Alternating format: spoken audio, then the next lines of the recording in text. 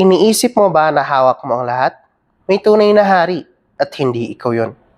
Sa mundong ito, lahat gustong mamuno. Lahat gustong masunod ang kanilang kagustuhan. Pero ang totoo, alipin tayo. Pero may isang hari na hindi kailanman mawawalan ng kapangyarihan. Sino nga ba ito? Al-Malik, ang tunay na hari at nagmamay-ari ng lahat, ng lupa, ng langit, at ng buhay mo. Ang Allah, ang tunay na hari. Sa Kanya ang lahat ng paglikha at kapangyarihan. Naghahari siya ayon sa Kanyang kagustuhan at walang makakapagsalungat sa Kanyang hatol. Ang Kanyang paghahari ay ganap at walang hangganan, samantalang ang paghahari ng mga nilikha ay hindi kumpleto at pansamantala lamang.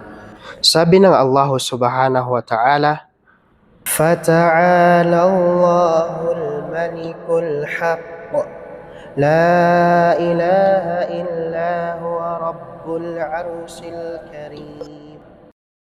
Kaya kataas-taasan si Allah, ang tunay na hari, walang Diyos maliban sa Kanya, ang Panginoon ng malaking. Ano nga ba ang bunga o resulta kapag ikaw ay naniwala na ang Allah subhanahu wa ta'ala siya ang Al-Malik? Una, tumitigil ang takot mo sa iba.